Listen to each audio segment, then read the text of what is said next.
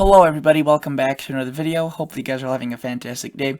So today's episode is not going to be about a pattern or a short range or a long range forecast. It's going to be about the upcoming winter and why this upcoming pattern, or what's going on across the country really, is actually supporting of a potentially a cold winter. And okay, let's just get into this. I'll talk about this. As of right now, this claim seems pretty exaggerant, I think, and it doesn't seem to have much thought into it. But I'll show you the evidence, show you what I pulled out, the data, the research, and I'll show you what I'm thinking. So, if you guys would like to subscribe to this channel, I do all sorts of weather-related stuff. I'm a weather fanatic, weather enthusiast. I just love the weather, and if you are similar to me in that type of manner, consider subscribing. It's a whole fun community of people that love the weather. You get to talk with others. We get to discuss about storms, yeah, consider doing that. If not, perfectly fine. And also, if you just want an update on your forecast, something like that, as simple as that, also consider joining. If you're a returning viewer, liking the video would prove definitely useful. So let's get right into this. First off, let's look at the Enzo Outlook. Enzo, I pulled up actually the sea surface temperatures because I knew that maybe there'd be some new people on this video that aren't really familiar to weather. Just in case, let's just talk about this. So Enzo is El Nino Southern Oscillation. This means that's what it means. El Nino Southern Oscillation. And it's a region really across the Pacific Ocean. You may be wondering, okay, so what's so special about this region?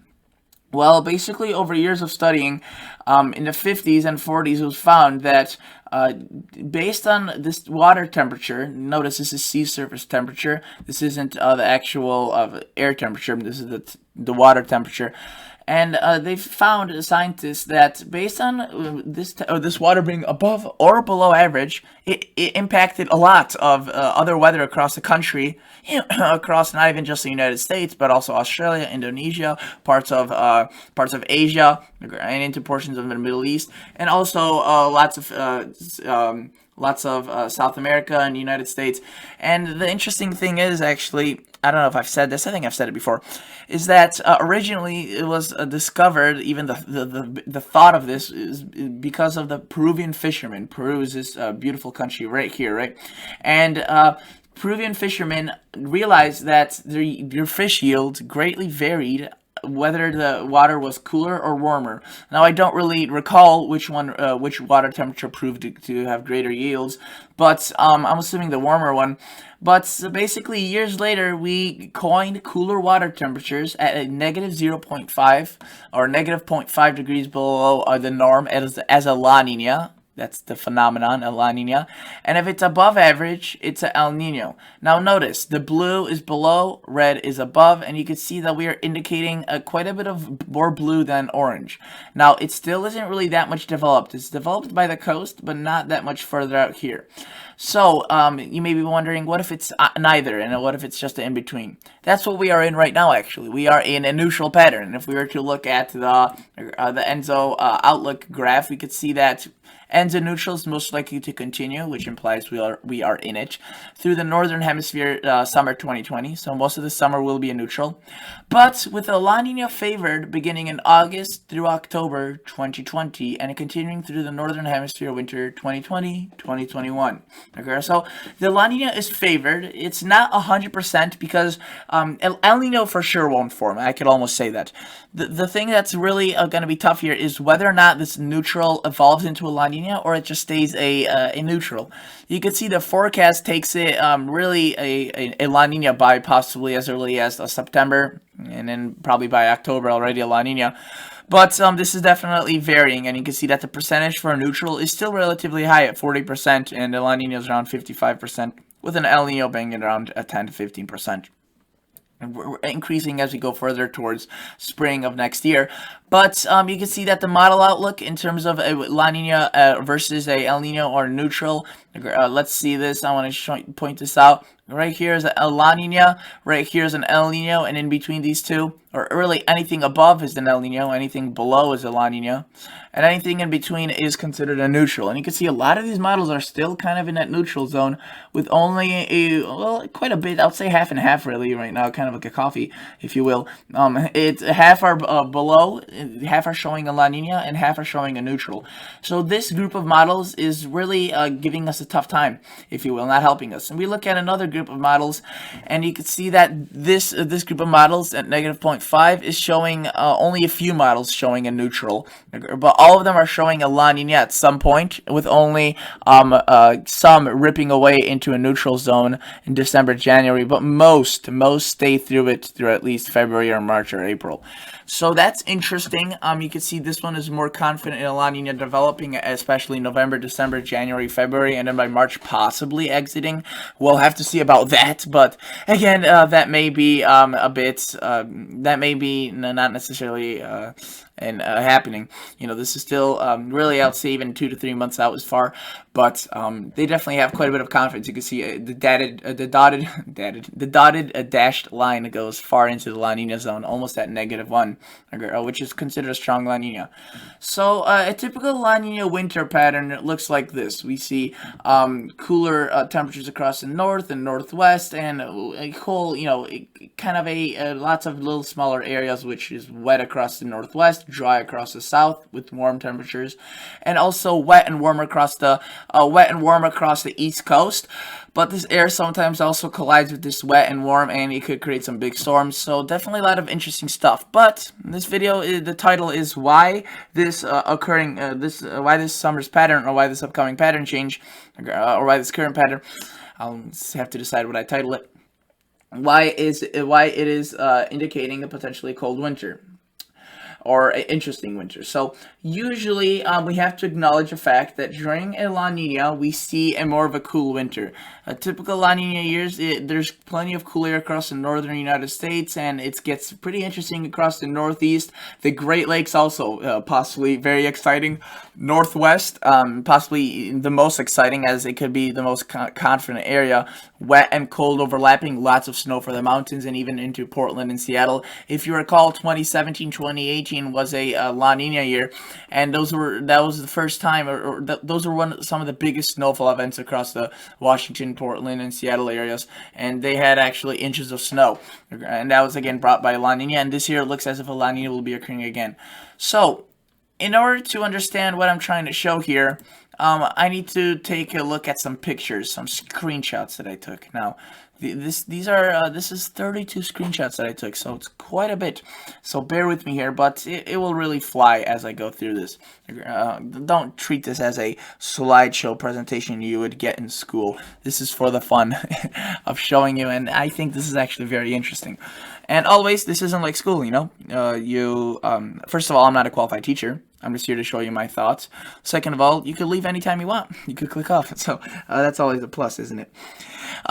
So let's start off. Basically, what I did was, let's quickly go back to the Google Chrome presentation. Or Google, I wanted to show you my, screw this. I wanted to show you the years. So notice that we are in an El Nino, we go into neutral, and then we're going to go into a La Nina. I'm assuming that we're going to go into La Nina. Now, yes, this is a pretty big assumption, and this is probably the biggest assumption where things could go wrong. You know, if a neutral does occur, then basically this whole video's theory gets debunked. But basically what I'm going off of in this video is basically the fact that we are going to be looking at a La Nina. Now you can see a El Nino into a neutral and into a La Nina. So basically I looked at years past and decided to compare it. So you can see that our first year really shows up at 2017. It wasn't really an El Nino at the beginning, but it went from a neutral to a La Nina. I decided not to choose this year as, again, the El Nino wasn't really being present at all, and you could see it was more closer to La Nina. And that brings us to our next best choice, which was right here, 2016, 2017. El Nino, neutral, La Nina. I didn't choose that either. Look how strong that El Nino was. 2.5, 2.2 is a record-breaking, strongest El Nino thing on record, if not the second strongest. I forgot whether or not it reached a record. I think it did. And then it takes us back to 2010. 2010, El Nino, neutral, and then we looked at a La Nina, and it was a pretty strong La Nina. But again, some of the models are indicating a stronger La Nina.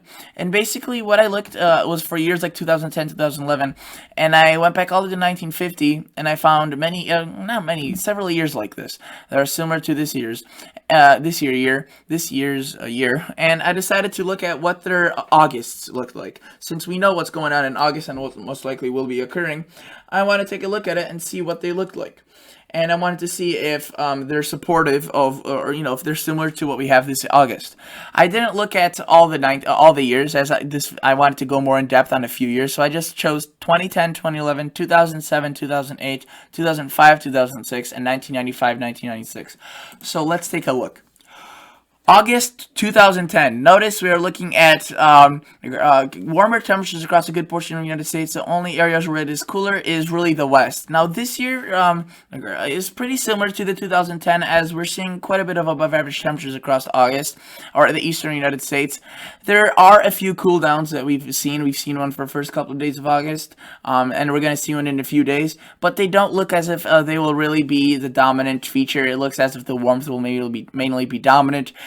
The West isn't as cool as it was in 2010, but definitely the Northwest is below average for this month of August, and it was for this month of July. So definitely there are some characteristic features that are still similar. Let's go look at what September was. You can see September we got a little bit of cooler air, kind of indicative of the cooler air masses we're getting right now. Generally, though, still warm across much of the United States and really the West as well. Let's take a look at October 2010. You can see October 2010 it was warm and it was hot. And at the beginning, or a couple of minutes ago, I said I just wanted to compare it to this year's August. I also will just show you the months afterwards, as it kind of provides you with more reasoning to believe this. So why not show you this? And I just wanted to see if they're comparable to this. Sorry about that, I yawned. I wanted to see if they're comparable to this year's upcoming or ongoing pattern, August, and upcoming fall. And by the way, I don't have any slides to show you this, but this year's fall is predicted to be above average by most, AccuWeather, the Weather Channel, NOAA, and of course that may be wrong. They're not it's not written in law that what they say is right. But if you have three companies that are really two companies and one official weather service that's agreeing, it usually gives us a bit of more confidence, and I would say I agree with them. And with an above average fall, let's see what the winter turned out like. So in November, you could see a lot of the warmer temperatures kind of start disappearing, maybe some bigger anomalies towards the north, but we start seeing some cooler weather across here, British Columbia, the southwest, the east, and it's really only by December when we start seeing cooler temperatures, and you can see just kind of a disconnect here, but definitely some cooler temperatures, warmer across the south, so kind of what we see with the La Nina pattern, and warmer up here, where that kind of the cooler air kind of dries out, or dwindles out, and doesn't really reach those areas, but you can see quite a bit of below temperatures across the southeast. Now this year is just 1 year, this 2010. That's why I'm showing you many years, as each year is slightly different, but generally holds true to certain features that are important. You could see as we put this into 2011 January, more cooler temperatures. I mean, they are very borderline cool, but they are cool and they definitely are present. The above average temperatures are not affecting a single area across the United States on this map. And then if you were to look at February, we got some pretty chilly air, a bit above across the Mid-Atlantic, but overall some pretty darn chilly air, and especially towards the northwest where that La Nina does occur. And again, this proved to be preceded by a very warm fall, which we are having right now. And I wanted to show you more years. I think I'll just show you in November to February precipitation composite anomaly. This is just to show you the precip. Really, it stays true, a bit wetter towards the northwest and drier towards the south, but the precipitation is much harder to predict, and it's a bit more or less correlated with certain events like the Enzo. It definitely has its correlations, but it's a bit less than the temperatures. Let's look at another year, 2007, August. You could see much warmer across a good portion of the United States. And this was, again, a similar year, but this time the West was warmer. So, I still chose this year. It still lies in the same category, but the West was completely different. And you can see that this year is more like this one. There is quite a bit of cooler air to the north this year, but it really isn't making its way down to the south. It will a few times. But I think actually that notification I got right there was actually about the derecho that was occurring. I just saw briefly that occurred a couple days ago, so that was definitely something that was, I guess, kind of meant to be for this video. I guess we're not talking about a derecho, but screw it, whatever. Let's get on with this. So notice that we have a bit of below average temperatures right there, and they don't make it far into the United States, generally a warm August. Let's see what September looks like. Generally warm temperatures, cooler towards the north, cooler at the west, which again this year I'm saying really Washington, Oregon, Idaho, and portions of western Montana are also seeing a cooler weather. So this is pretty consistent, and again I'm expecting a pretty warm September. You can see October 2007. Again, just probably October seemed to be really the warm months, and you can see a lot of oranges and yellows, and again slightly cooler towards the northwest, which is consistent. Then by November, things kind of flip. We get cooler weather, more cooler weather. We still see warmth towards the west, but again, this is just 1 year. Doesn't mean this year has to be like that. And December, more cool air, warmer towards the south. January, even more cool air. We get a bit of a quite a nice warm up across the northeast, but really that's not really the La Nina cold zone. The La Nina cold zone isn't really kind of these locations further towards the northwest, but this is again just 1 year. We look at February, we see again more of a cooler pattern than a warmer pattern, and if the warm air is present, then it's across the south. And then if you were to look from November to February, really the Great Lakes got a lot of precip, which is pretty consistent with what we've been seeing in the La Nina. 1 year the northwest was wet, the other year La Nina was the Great Lakes, and if you saw that graphic at the beginning, the winter showed both of those. So it doesn't mean that necessarily every year will continue to have both of those anomalies. Now this is 2005. This is a year where it's an outlier, and I want to show you that you can see August was cooler across a good portion of the mid-central part of the country, but warmer across the east, warmer across the northwest. Still generally the same trend, a warm August, and this was I guess a trend where a kind of a warm August led into a pretty warm winter. And the two previous ones I showed you with the pattern that we have, a warm August usually indicates a cooler winter. So this year, with us having a warmer August, it looks as if we could have a cooler winter. So that's kind of like the summary, if you will, of this video. Why this is supportive is because of the August looking warm this year. With the years I showed you, we could be looking at a cool winter. Now, you can see September was warm, cool across the northwest. That was consistent. October, warm again. That's, again, consistent 3 years already. November was warm, which was a bit inconsistent. And by November, things used to cool off with these years. December did have cooler air, but it generally was a bit warm across the north and the southwest. And then January was just a heat wave in this year. Again, it's just 1 year. That's why I want to show you, even if it's an outlier and doesn't support my data, I want to show you that these things do vary. February was cooler, so you can see there was a few months of warmth, but generally not awfully, and definitely not a heat wave winter. Right, and then you can see November through February, wetter across the Great Lakes and the northwest, which adds up, and then wetter, drier across the south. We go forward, and we are at 90-95. This is a year that, again, supports our data pretty well. Cooler across the northwest and British Columbia, Western Canada, supportive this year. And drier and, warmer across the eastern United States.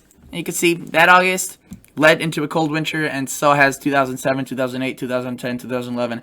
So, if you will, this is what I want to say. That out of the last 4 times a similar pattern has happened, a similar setup, a warm August, 3 out of the 4 times a warm August has preceded a cold winter. Now, one of the times it didn't, and this time around it may not as well. But it is definitely indicative and may be supportive of it, which is why this video is entitled "Will 100% support it?" It's just a maybe, but it's definitely something interesting. You can see August warm, September this was a bit weird. It got a bit cool, and again each year is slightly different. But you can see by October it got back to normal. Really, we saw much warmer conditions across the east, the southwest, a few cooler spots. Again, that really isn't much though.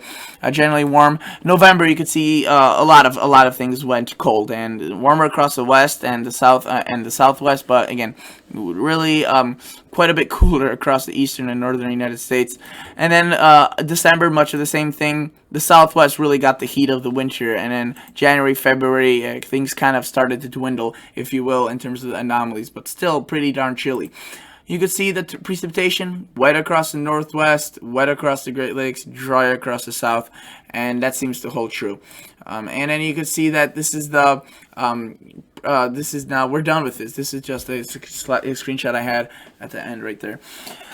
Which I wasn't really supposed to show, but I did an accident. But so that's basically for today's video. If you want to, take away anything from this, is that's with the ongoing Enzo, we have a warm August usually tends to lead to a cooler winter with the years we've been having. And 3 out of the 4 times, the last times it's happened, only once it's became a warmer winter. It wasn't definitely a warm winter, if you will. It was a more moderate winter, but it definitely wasn't as cool as the other 3. So this is definitely exciting news, definitely exciting information, and we'll have to keep you guys updated. But as of now, that's all I have for you, and I'll see you guys in the next episode. See ya. Bye.